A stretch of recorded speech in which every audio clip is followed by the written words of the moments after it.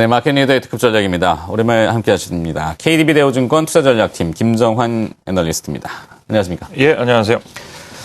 자, 8월 들어서 국내 증시가 다시 조정을 받고 있습니다. 국내 금융시장, 국내 시장 움직임 어떻게 봐야 하는지요? 국내 시장의 특징이 있다면 또 어떤 것들이 있는지 그 요소를 한번 좀 정리해 주시겠습니까?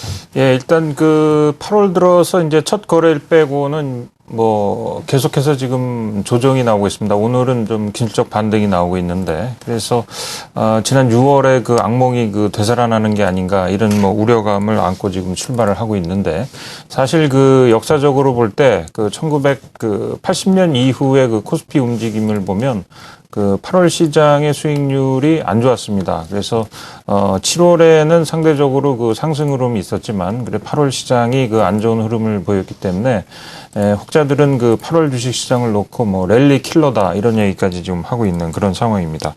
그래서 이제 코스피의 움직임을 보시게 되면 최근 드러난 특징, 올해 전반적으로 드러난 특징은 중소형주의 강세다 이렇게 좀 말씀을 드릴 수가 있을 것 같습니다.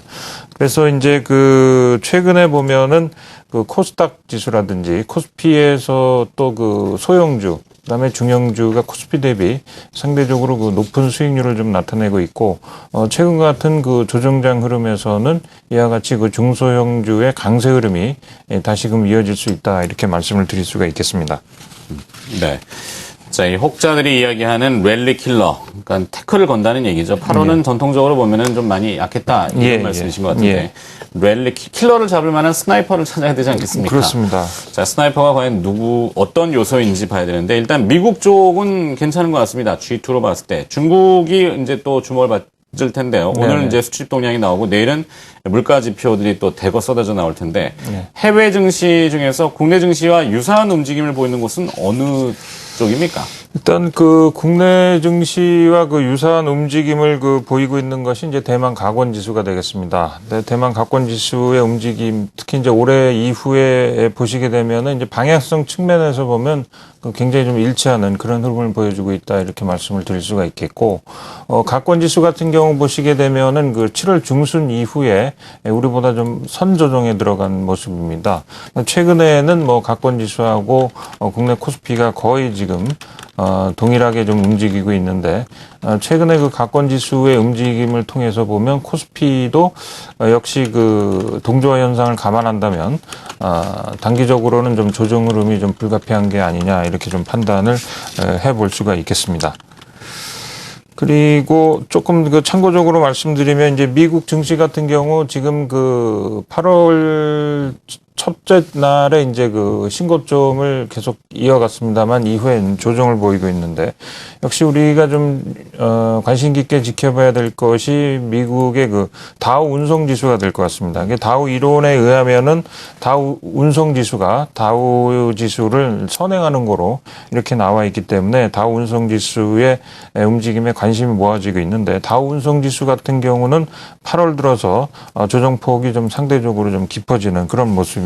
그래서 다우 운송 지수가 어느 정도 선방을 해주느냐에 따라서 미국 증시의 방향성이 나타날 수 있다 이렇게 말씀을 드릴 수 있을 것 같고, 그다음에 이제 중국 증시 앞서 말씀하셨는데, 역시 이제 중국 증시는 6월 25일 날 저점을 형성한 후에 이제 단기 박스권을 형성하고 있습니다. 뚜렷한 상승 모멘텀은 없는 상황인데, 다만 벤처기업 위주의 중소형주가 모아져 있는 차스닥이 8월에 역대 사상 최고치를 경신을 해가고 있습니다. 그래서 중국 증시에서도 보면 이와 같이 중소형주의 강세 현상이 좀 두드러진 특징이다 이렇게 말씀을 드릴 수가 있겠습니다. 네.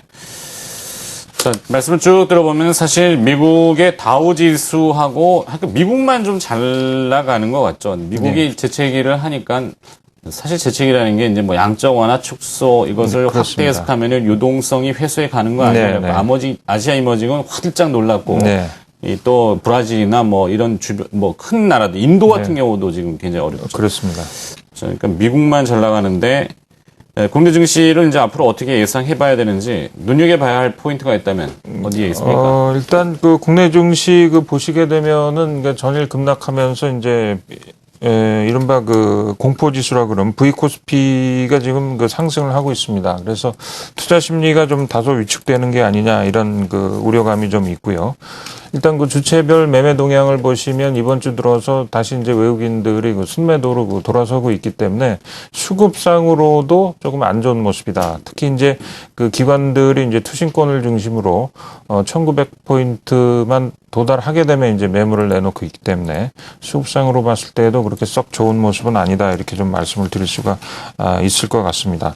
그래서 이제 코스피 그 일간 차트를 보시게 되면 그 전일 같은 경우 이제 그 21선하고 61선하고 21선이 이제 동시에 좀 붕괴됐고 지금 보시는 바와 마찬가지로 지난 6월 말 이후 이어지고 있는 그 상승 추세선이 상승 추세대가 좀 붕괴되는 그런 모습을 보였습니다. 그래서 관건은 단기적으로 그 다시 상승 추세대 안에 얼마만큼 빨리 그 진입을 하느냐에 좀 달려 있을 것 같고요.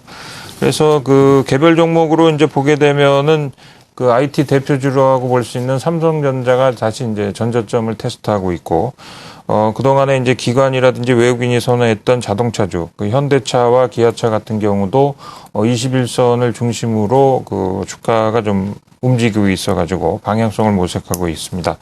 그리고 또 보시게 되면 이제 그동안에 이제 낙폭과대주로 분류됐던 이제 화학주, LG화학 주가 같은 경우 보시게 되면 그 낙폭과대에 따른 반등의 그 기운도 있지만 지금 보시는 바와 같이 그 두 평이랑 비교해 보면은 글로벌 화학주의 어떤 동반 상승에 좀 힘을 입었다 이렇게 좀 판단이 되고 있는데 지금 그 두 평 같은 경우도 이제 단기 고점에서 좀 숨고르게 들어간 양상이고 LG화학도 물론 이런 모습입니다. 그래서 대형주 쪽은 당분간 좀 그 방향성을 모색하지 않겠나 이렇게 좀 판단을 해볼 수가 있겠습니다. 그래서 단기적으로 보면은 한 1855포인트에서 한 1940포인트 정도 이런 움직임을 그 예상을 해볼 수가 있겠고 코스닥 지수는 뭐 지금 중소형주가 좀 상대적으로 강세를 보일 것이라고 이제 서두에도 말씀을 드렸지만 전일 같은 경우에는 이제 21선하고 61선 간의 그 중기 골든 크로스가 좀 나타났기 때문에 상대적으로 그 코스피에 비해서는 좀 그 양호한 움직임이 좀 예상이 되고 있고 또 수급상으로 봤을 때 그 기관하고 외국인들의 그 순매수가 이어지고 있기 때문에 단기적으로는 코스피보다는 코스닥 시장 쪽에 더 관심을 기울여야 되는 게 아닌가 이렇게 좀 판단이 되고 있고요. 그 코스닥 일간 차트에서 보시게 되면은 이제 그 중기적으로 봤을 때 560포인트가 주요 저항선인데 이 저항선을 어떻게 그 돌파하느냐 여부에 따라서 중기적으로 그 상승 흐름을 이어갈 수 있는 그런 모습이다 이렇게 말씀을 드릴 수가 있겠습니다. 네. 자, 정리해보자면은 아직까지 8월이 좀 지나봐야 되는데 8월은 통상적으로는 랠리 킬러라는 표현 은유적으로 쓰듯이 좀 시장이 좀 움츠락접츠락하는 이런 형태가 되고 대형주는 방향을 탐색하는 네. 과정. 그래서 중소형주, 개별주가 조금 대안이다. 네, 이렇게 그렇습니다. 정리가 되는군요. 그걸 이제 해외 차스닥이라든지 뭐 미국의 러셀 2000 같은 경우도 네, 좀 네. 강세를 나타내는. 자, 시장이 조금 더 자신감을 회복하기 위한 자양강장제가 좀 필요한데 그게 그렇습니다. 나타나면 좀 찾아주시기 바라겠습니다. 예. 알겠습니다. 마켓리더의 특급 전략이었습니다. 네, KDB 대우증권 투자전략팀의 김정환 연구원이 오늘 수고해 주셨습니다. 고맙습니다. 예, 감사합니다.